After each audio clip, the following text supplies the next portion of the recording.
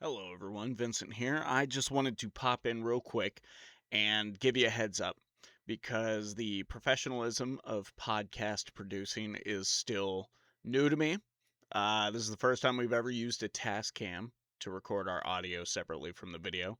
And in classic fashion, I got everything set up, checked levels, did all the good stuff, made sure everyone's mics were kind of in sync as far as their sound goes, and then I forgot to hit record for about 22 minutes. So the first 22 minutes of this episode is not going to sound good.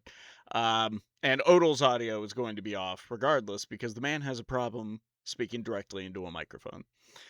We're working on that. But I hope you enjoy it all the same. This is part one of 3 parts because we went for 3 hours doing this. So you'll see me pop back in at the end of this episode to do the outro. Enjoy.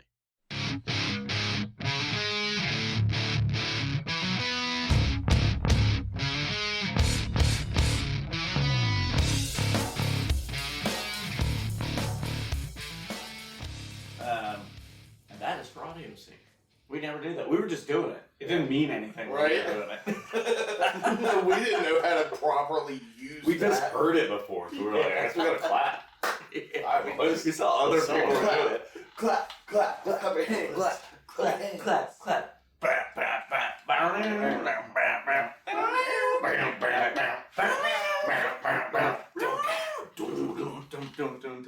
Hey, what better way to start out the podcast? Hello, everyone, and welcome to Sorta My Podcast. My name is Vincent Herman, Vin the Human, sitting to my left, Bob Collins, Boba Fett. right across the table from him. James Odle, Alpha Spectre. And this is the first, we were just talking about this before we started recording. This is the first time we were in person to record together. In how many years? Since 2018, 2019? Fucking wild. Yeah, at least- pre-pandemic. At least 6-7 years Eight. at the earliest. Yeah, because I think we started doing remote before the pandemic. Yeah. Yeah. Actually, it had to have happened when I moved to Lucasville. But that's neither here nor there. What we're talking about today, guys, as you know, we are finishing out SMP. We're taking this thing all the way to episode 100. I believe this is episode 96, 97, something like that. And we're talking the MCU. We've always talked about doing, leading up to Endgame, we had talked about doing an MCU retrospective. This is kind of going to be like that. We're going to talk about the MCU as it happened, as it's been happening, and what we think might happen going into the future. So let's go ahead and we'll just jump right into it. The last time we reviewed an MCU movie on this podcast, it was Endgame. So let's talk about our feelings. Have they changed at all about the MCU? Everything that came and led up to Endgame. Or are we still riding that high? Are we still stands for it? Yes and no. Okay. It's riding that high. The high of Endgame ended with Endgame. You know, I don't go into the movies overly critical of anything. I go in like, I'm going to have a good time, watch a movie. Some of them have been, Yeah. And they're even looking at you. We're gonna get those. But, you know, overall, I've still continued to enjoy the ride. Could it have been better, like, up to this point? Absolutely. And it's been acknowledged, and it's been worked on. Yeah.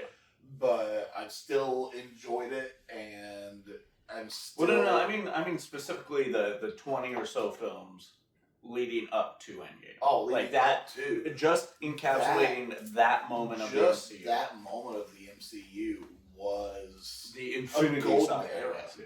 like that was truly like a golden era of movies for us, like comic nerds, seeing all of these characters start to come to life and that we've read the comics for and been following for years. It's like, oh, I know that story. Like, oh, they did a really good job interpreting this. Or I like how they changed this to fit in the big screen. Especially Phase 1. Phase 1 created a magic that they can't capture again. No. They've tried. They've tried plenty of times and have failed in that specific aspect.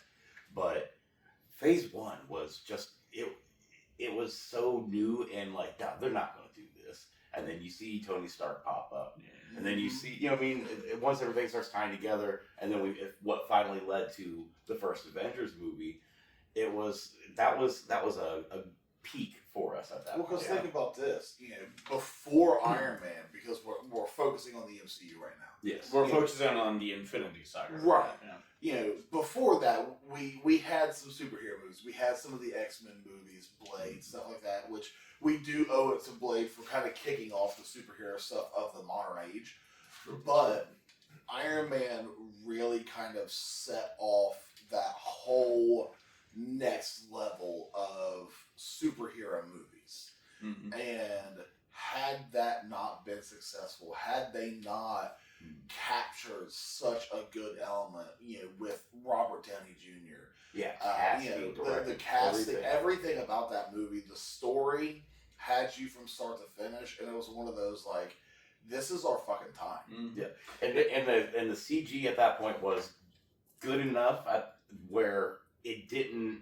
Whenever it went from practical, because that was still when it was beautifully still done in practice. See, I think especially with that first Iron Man movie, where they really like, because there's some moments where the CG is a little like, okay, this is CG, but like when he goes, and I can't remember the country, but when he goes and he like stops that invading force and saves that family and everything, and then like pulls the dude through the wall, leaves him, like it's all yours.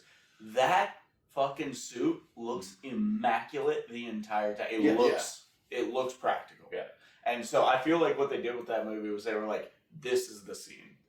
And we are putting everything into this scene because if this one works, we've got it. Well, I'm pretty sure most of the early stuff with Iron Man, there was a lot of practical pieces. It progressively went down from They got more to 2 to 3. Like as the suit got slimmer and the nanotech and all that kind of stuff. Yeah, that's when it really kind of shifted to. I'm just saying this was their like they really put that stock in that scene. It was their Hail Mary. Because they needed it to win. Because at this time, and that was the first real action scene of the movie with Iron Man full suit, you know, past Mark 1. Well, because at this time, I think we kind of like have talked about the time when Iron Man came out as like we were in a desert of superhero movies. I don't really think that was the case. We just weren't getting quality because there were a lot of Marvel movies coming out around that time, from Blade through to Sam Raimi's Spider-Man, the Fantastic Four stuff, Daredevil, all that stuff. It's just it wasn't that quality, you know. Some of them were okay, some of them were good. Sam Raimi Spider-Man being one of them. And we're specifically talking Marvel because, I mean, we've had Batman and Superman movies for years and years, and even during the time of Iron Man 1 coming out, we just got Dark Knight, or Batman Begins. No, we got, Batman Begins was... The Dark Knight. Dark Knight, yeah. No, Dark Knight was 08. Oh, wait, yeah, that's right. Yeah. Like, we just got, like, one of most people's still favorite superhero movies at the time. But especially with Marvel, even though we did get the Spider-Man movies and Hulk and stuff, this felt different. It felt like a new thing. Well, and characters that we do know about. What I was getting at is that like Marvel needed a win because another thing that's gotten misconstrued is that people were like they weren't necessarily trying to do a connected universe, and as we found out, they wanted to do a connected universe back when they were doing the Sam Raimi, Blade, and all that stuff. So that was what they wanted. They really needed a win because they knew that like if we could create a cinematic universe, that would like change the game. Because Marvel notoriously would strip toss their stuff to any studio that was willing to give them a buck, and they were betting on themselves for once. Well, that was also, if I remember right, that was a point in time when like Marvel as a company was kind of in rough shape. Oh yeah, you know, both comics. You know, just the general industry for Marvel, they were not in the greatest of shape with, you know, coming off the tail of Spider-Man 3, you know, X3, like some of those, some of those Hulk. And then, you know, comics weren't in the greatest of spot at that point. And if anything, honestly, I personally believe the MCU saved comic books. Absolutely. And I know it comes up often, like, you know, every time there's a lull, people are like, oh, the comic industry's about to die, and then something comes along and saves it. But I think, especially with like the advent of like we're starting to move towards YouTube is big, getting big at this time. Netflix is a household name. I think we were moving towards a place where like things might with comics might have went the way of the VHS, because that right now is having a resurgence. But I mean, you don't see Fox, Universal, Disney putting out new VHS releases of all their newest movies. No, they let little art houses do that. Yeah. But that's a case by case basis, and in this situation, yeah, I mean, comics were really on the line. If Iron Man hadn't worked, we might be attending a very different convention. Yeah. Which I guess I didn't say up top. If you're watching on Patreon, the video version, we're in a B&B right now. If you hear people in the background, we are in an active B&B with 3 other people. But we're out at Lexington Comic Con. You guys know it well from this podcast. So, and if you don't, come check it out. We just saw Here Come the Mummies. So good. Yeah, great band. Anyways, yeah, they were fantastic. Yeah, he beat us there. But anyways, back to what we were saying. Yeah, and not only that, but the MCU not only saved comics, helped, and for better or worse, changed comic books, because unfortunately there has been a bad trend in Marvel comic books where they're very obsessed with trying to match the books to what's going on with the movies. And that's no bueno. and DC has done a great job at keeping these two things differentiated.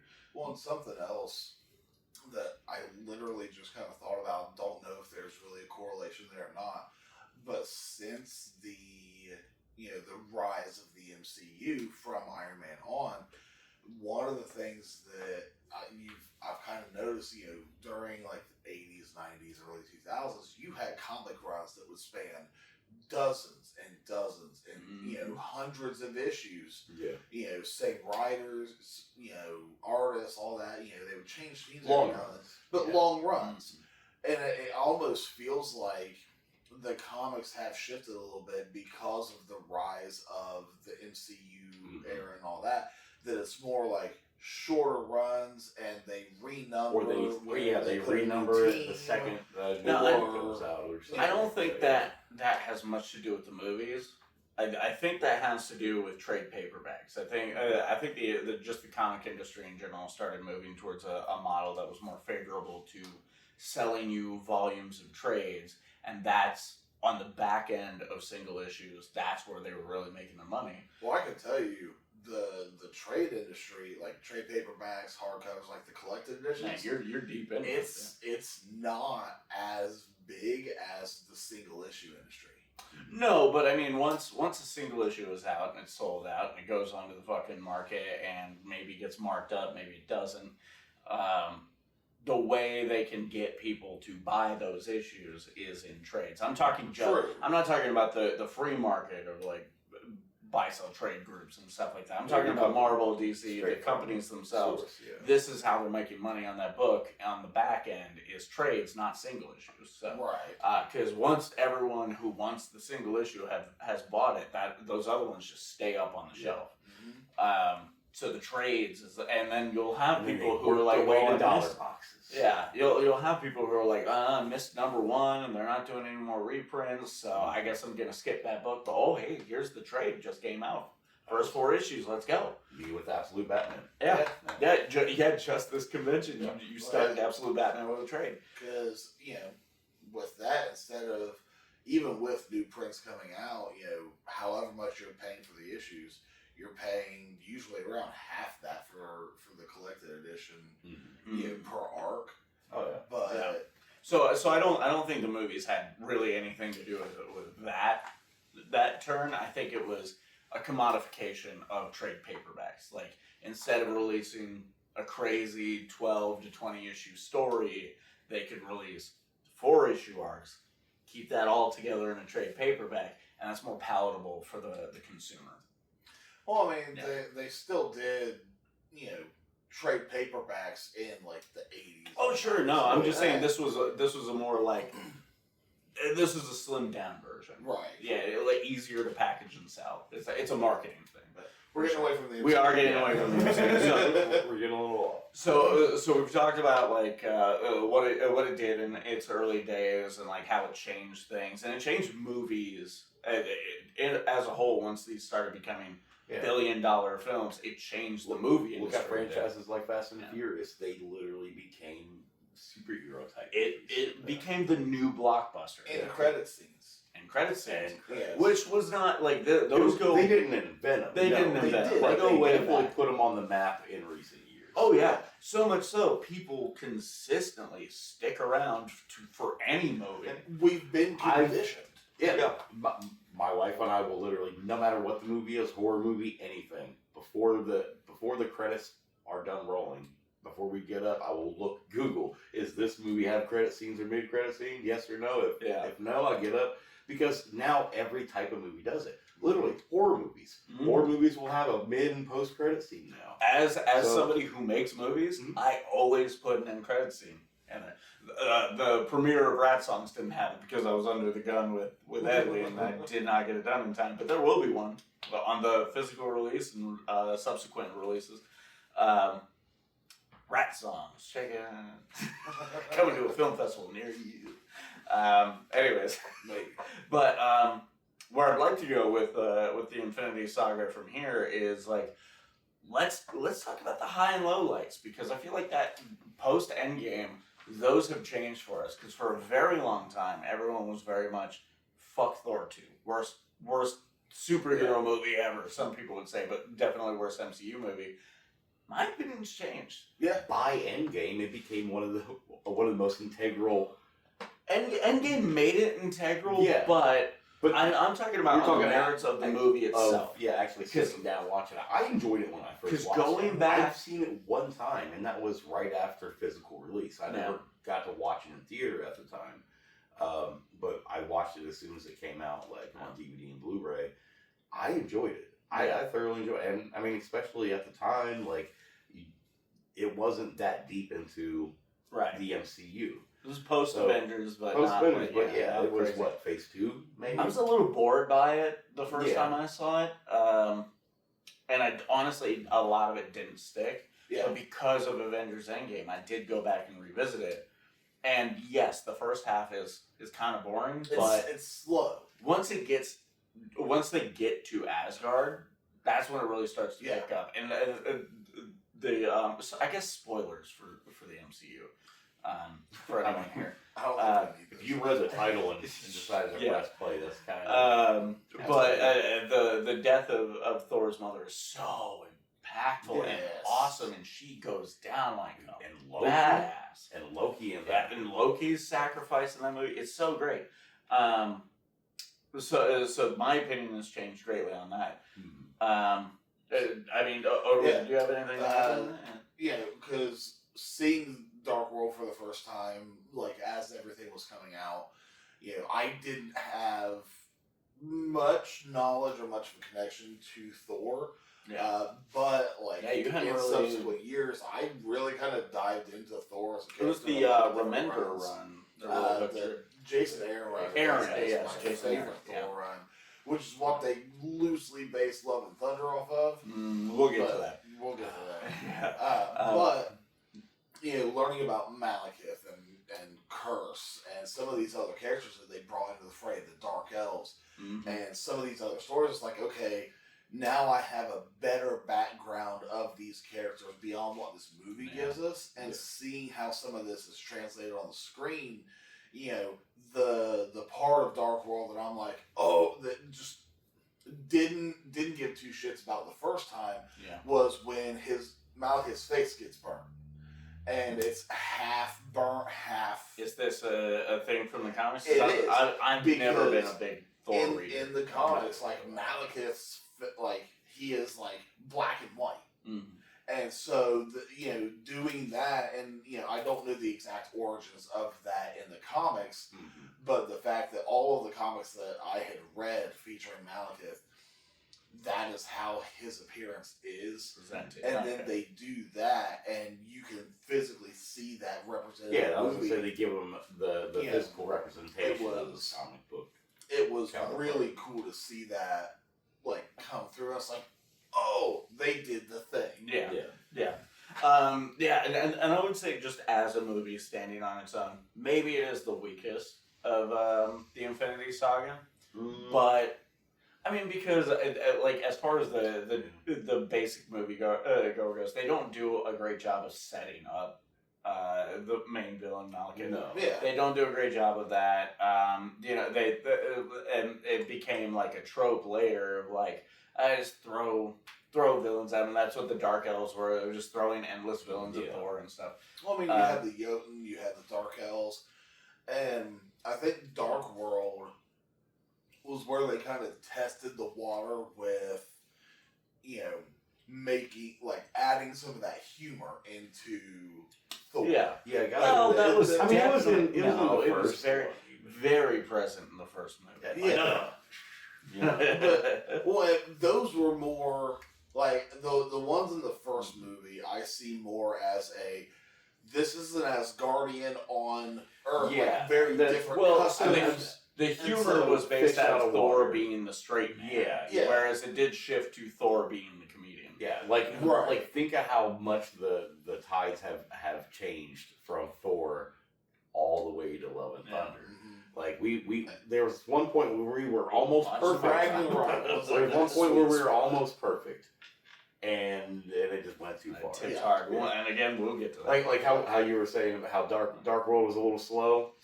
The next movie, slow to start up. Yeah, Once you're in the meat of it, it does a good job at keeping the pace. Yeah. then eventually we got to a point where it's just too fucking much going on. too fast. Yeah. But another low light a lot of people have talked about in the Infinity Saga, and I have never completely understood it. Iron Man 3. How do we feel about Iron Man 3? I've never really understood it either. Maybe because I wasn't too familiar with the Extremis storyline prior to that movie. I wasn't either, but that didn't hurt it. No, and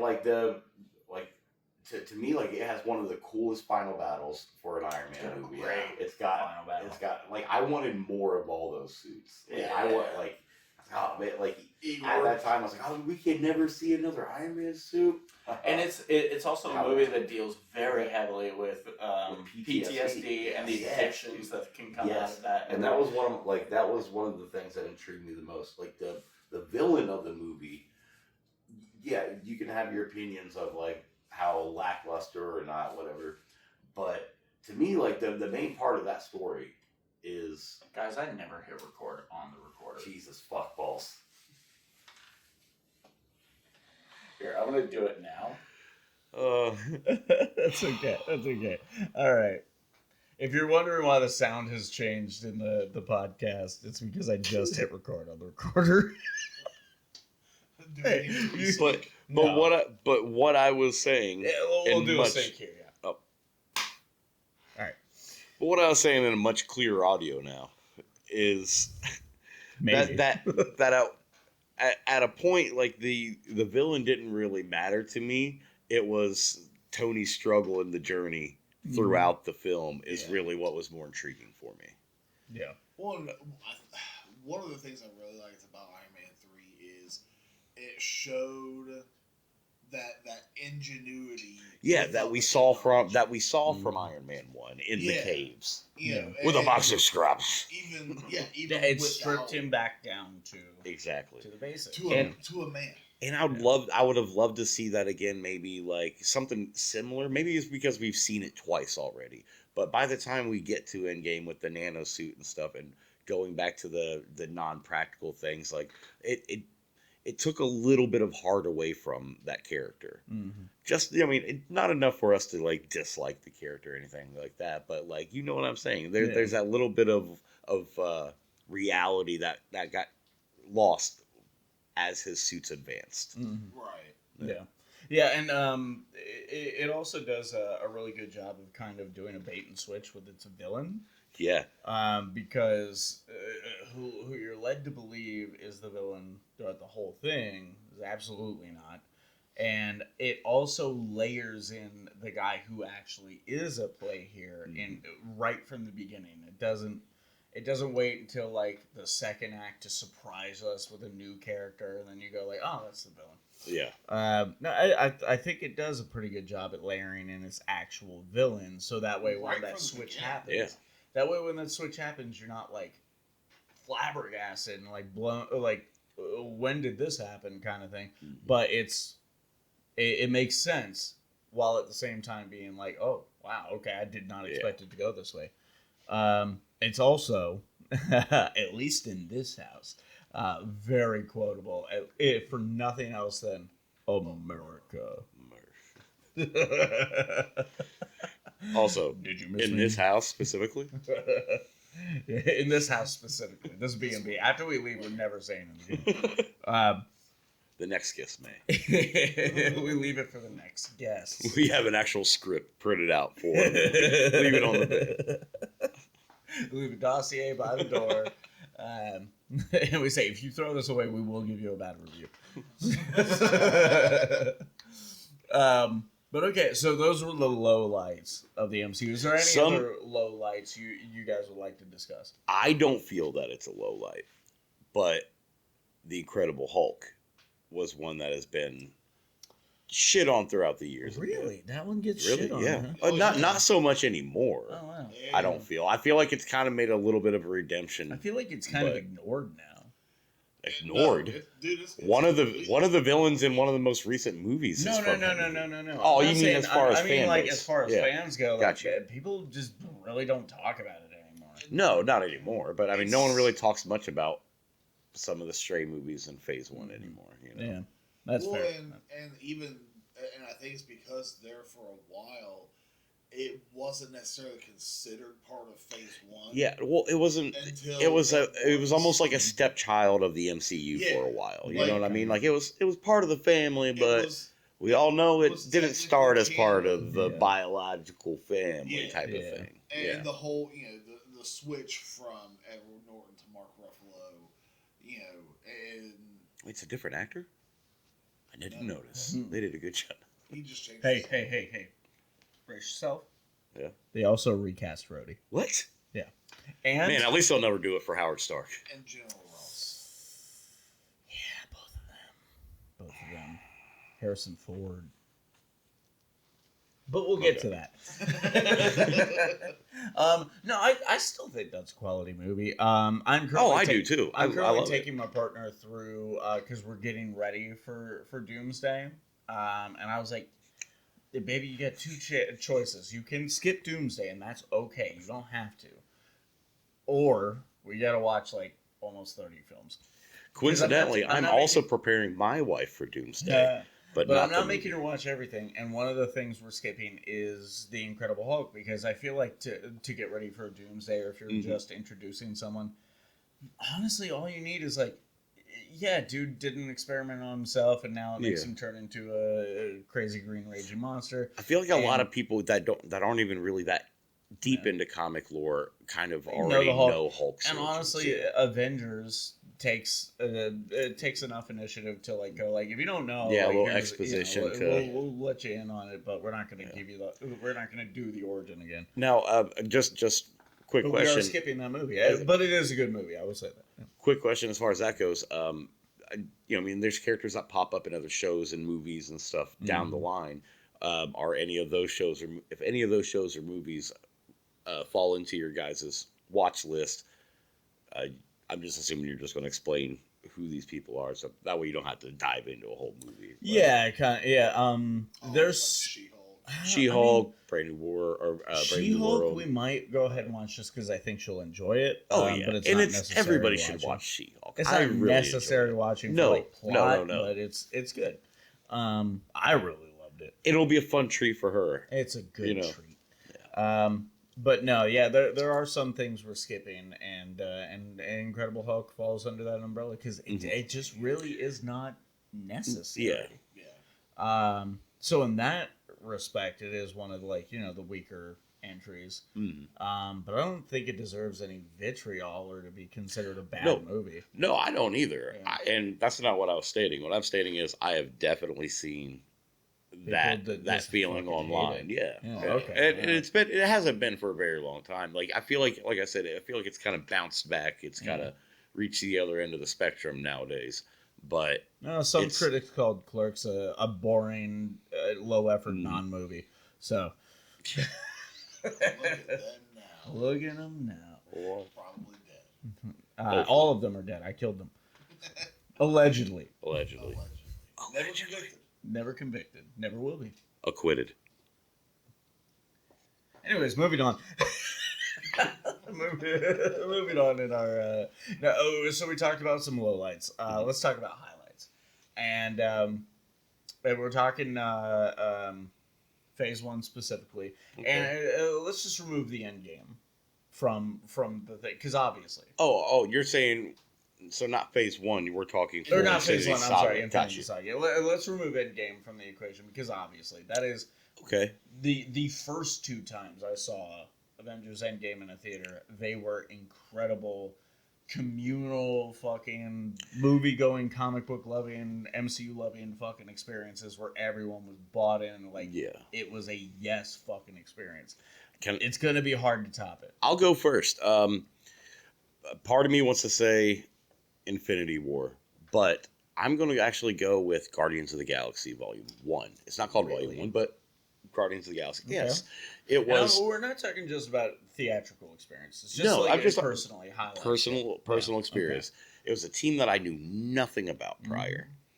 And honestly, most people knew nothing about. We may have seen titles in the dollar I'd boxes. We flipped may through it, yeah. but it helped. Flipped past Even if it, you yeah. knew stuff about the Guardians, the team that they had, even if they are by name the same characters, evidently they're not the same characters personality wise to those characters prior to the movie. Yeah. I mean, what haven't we said about Guardians in all these years? We I talked mean, about Guardians everybody a lot. loves Groot. Talked about Guardians a lot, yeah.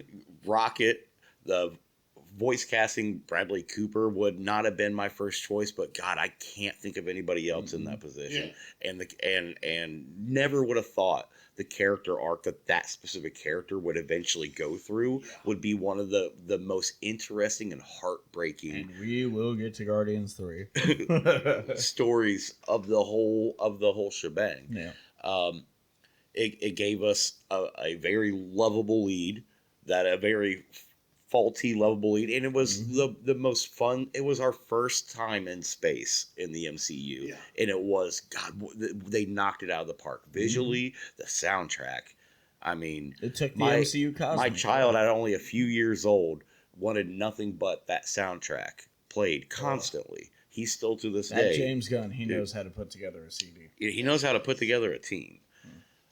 But Dave Bautista, because nowadays everyone knows, Secret's been out for a while, but it was a sleeper. Yeah. How funny he could be. And as a person that like has been out of watching wrestling since the late 90s, very early 2000s, Dave Bautista is like, I knew of him, but I never knew anything about him. See, that was the like, first time I had actually seen him on a screen. That was my movie. heyday of watching wrestling. Was the new what was it called? The Ruthless Aggression era. Oh yeah, which is when Dave Bautista came in and everything. And so like I was already a big fan of him.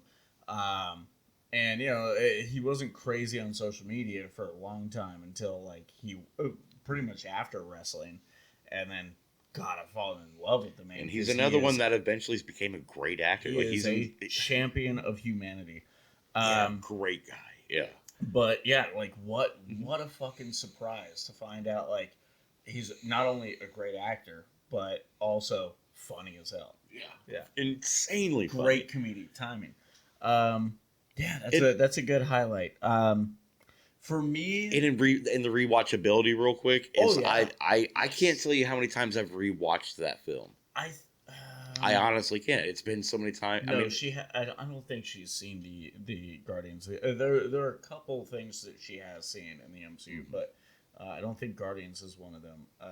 if I'm wrong, whatever. But And the only I'm thing looking forward negative, to not even getting to negative, it. but the only, if I'm splitting hairs and if I'm giving you a pros and cons, one of the only cons I can kind of give you about the film is that the villain, I wouldn't say isn't memorable because I kind of liked Ronan. They don't set him up much. Yes, Yeah. but the thing is most of the story isn't really about him. Yeah. It's more about this new makeshift It's not family about in the the making. villain. Yeah, Yeah. no, not at all. You have to have a protagonist, sure, but it's not about the villain.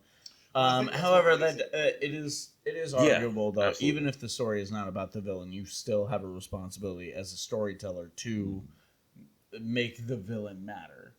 And they do, but by the end, Yeah, because agree to disagree, but I won't argue with you on it. Yeah, right, like yeah.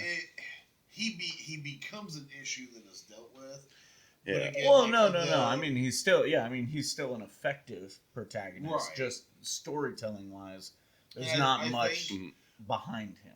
Yeah. Well, He even pops up in a whole other movie later. And people still didn't remember him. Yeah, Well, they it's did no kind effort of- of setting him up there either. it's really kind of one of those, like, He just kind of shows up at some Yeah, point. you know what? get He to needs a Captain paycheck. Marvel, Yeah. which technically takes place before Guardians of the Galaxy. Yeah. Technically, in yeah. the timeline. Takes place in the Chronologically, yeah. 90s. In the So- 90s. If Best you era see ever. Captain Marvel Best decade first ever. and then watch Guardians of the Galaxy, you know the name Ronan. So Right. it's a Which little is bit why more I'm impactful. taking my partner chronologically through. Yeah. But the best part about Guardians was the fact that it was Folgers in your cup. drink it up. The best part about it. Best part of Guardians.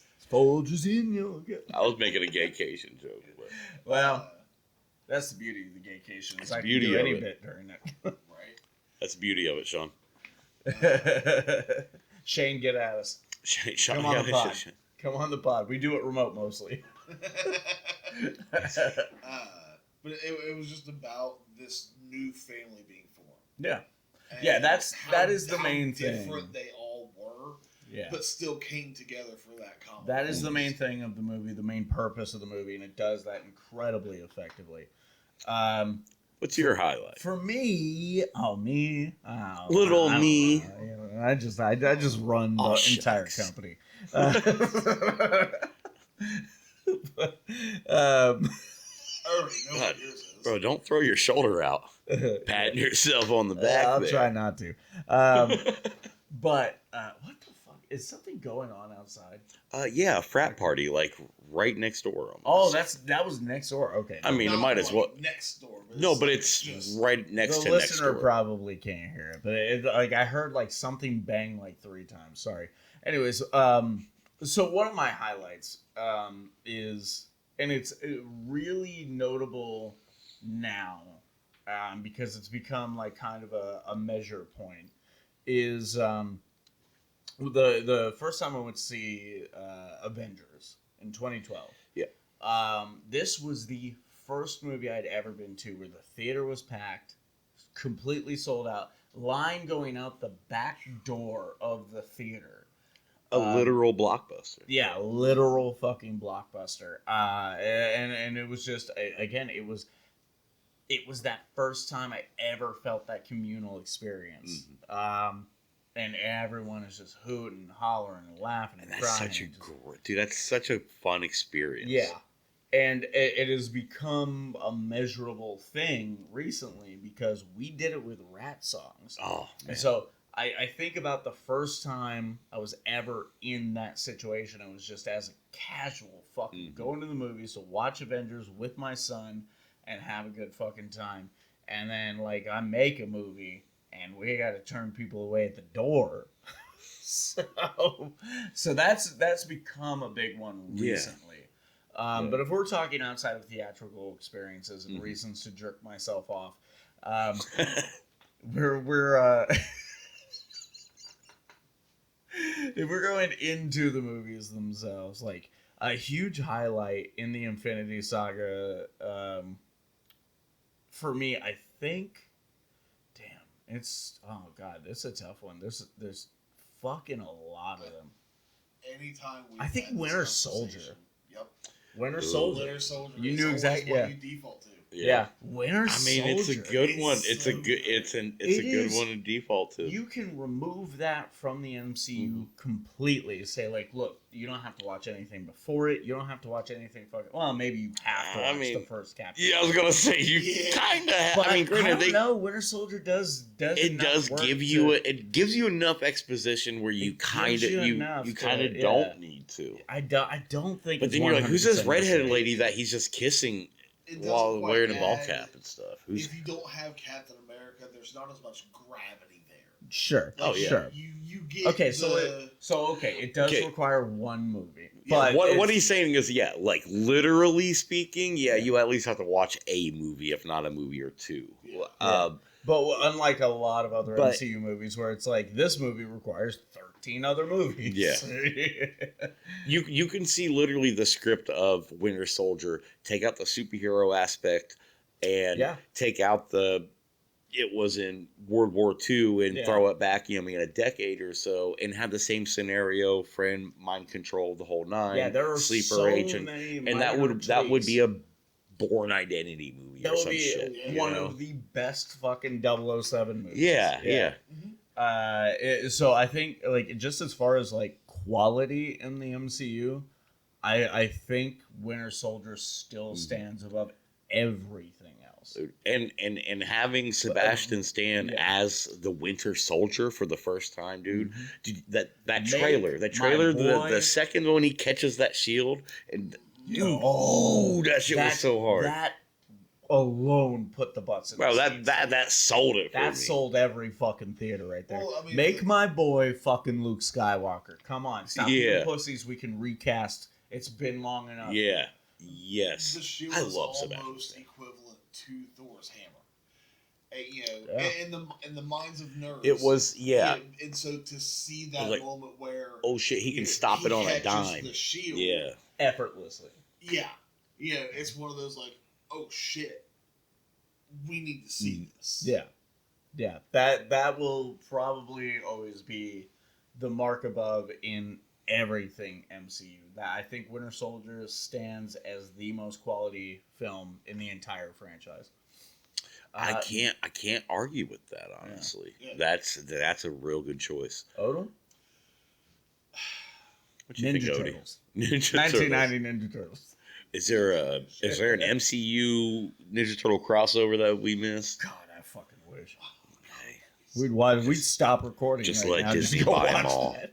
Let Disney buy Honestly, Nickelodeon. for me, trying to sit and think about like the high point of the MCU, if we're not factoring in like Infinity War and Endgame. I think both. of And- those and things, things yeah. before That's why I was like, man, because Infinity War was a great It one, was great, but I kind of classify that as part one because Yeah. it was initially supposed to be a part one and two, but Mhm. those two films are a duo movie. They're a They combo go movie. together. It's a Yes. singular entity. That is a 5-hour movie. Well, I mean, you can throw Ant-Man and the Wasp in between because it technically takes place in between. So, I mean, that's kind of essential. all right. You guys all watched it, right? But honestly, for me, That was a good movie, though. I did. Walton Goggins. probably Civil War. So fucking underused. Yes. You know, I was literally You know just what? thinking Civil War because whenever he was talking about, we were just talking about Winter Soldier, and I was like, man, that scene when Bucky gets reactivated and he's fighting Tony, and Tony the does, glove, like, the glove wash comes thing. on. Oh man, Yes. that's so good. Like, that scene, That and this in the fight scene at the end. Well, technically, the scene right before they fight, whenever Tony finds out the truth, you now, know. For me, like that part of the movie right there, like when Tony finds out the truth, and just and this goes a lot to say. First of all, fucking Robert Downey Jr. So glad like he was able to turn his life around and become Tony Stark. Mhm. Yeah. Because he's also started to kind of become Tony Stark in real life after that, like the philanthropist. Oh, part. 100%. But the MCU would not be what it is without him as Tony Stark. No. But the betrayal that you can Mhm. just feel emanating from him when all of that happens. But even before all of that, at the start of the movie, they have all that going on in Sokovia, Rumbo, Yeah. and all that, and then they're at the meeting, and we see King T'Chaka for the first time. And then Man, I forgot that's when we got Black. It did introduce Bro, Black Panther. we got Black Panther and Spider-Man in the same movie, dude. But Yeah, that's a big one. for Yeah. me, it's the And scenes that Zemo. happen. Steve finding Bucky's apartment and the interaction between them and like the rooftop and everything, and then the chase scene through the streets. Yeah. And then here comes the fucking Black Panther just sprinting along Dude. beside him. Vengeance That whole motivated. thing. Yeah. Yes. Man. Like, There's a the lot of business story of in that. movie Yeah. is so good. Yeah. Like Yeah. from start to finish. And it's like a lot. I feel like a lot of people relegate that one to window dressing. Like, and they only look as like, oh, the airport scene, which Yeah. is fucking amazing. It was a sick fucking Yeah, scene but- anyway. Like, and there was so much good interaction Yeah. between it was more than But their just thing a is fight. like a lot of people try to shit on the movie by going like, oh, that's all the fucking movie is. Then like nothing else matters. God, dude. A lot of Honestly, people try to do that. dude, the whole like lot what of doesn't people get try to spoke do about that. enough, and the only times that he's talked about like when it comes to this movie is that they're mad that he didn't wear the goddamn hood. But Zemo's plan in this movie essentially, like, I'm gonna make y'all motherfuckers tear this shit from Yeah. the inside. And let's Dude. talk about Zemo for a second in that movie because An immaculate villain. Yeah, and fucking- his motive alone, dude, like anybody can relate to that. Yeah. Anybody can relate to that. And that's the mark of a good villain is like a really good, memorable villain. A villain has some sort of sympathy. You don't want to feel it, but you can understand something about this character. And I think one of the best parts about that is throughout the whole movie, we have the scene of him killing the guy by holding him upside down in the sink of water, filling up. Yeah. There's so many terrible things that he does and the manipulation and everything that he throws in there. And then you don't find out until like the last 20, 30 minutes of the movie, right before the fight scene, what his motive, like what actually happens. Because anytime he's on the phone, Isn't it that voicemail? Is it you when don't know. T'Challa has him? Is that when you find out? Yes. Yeah. It is like right when Tony and Steve Cap are fighting. Yeah. And so, like, you don't find out, and it's one of those. You get the revelations at the same time. Yeah. Like it hits hard. Dude, it's that's one Because that I haven't revisited for a it while, really and honestly, humanizes after this discussion, dude, I'm gonna have to watch it again soon Yeah, because So good. I forgot how much I did, dude, and we went and watched it in theater together as a Yeah. group, and that was another one of those personal experiences that and that was just so fun leading up to it, enjoying it, talking about it after. I guarantee we did a pod about it after the fact. Most I'm likely. sure we did. Yeah. Most And likely. another one, real quick, I'm gonna throw quick honorable mention in here. And honestly, if I would have thought about it, it may have won top spot for me. Was Black Panther.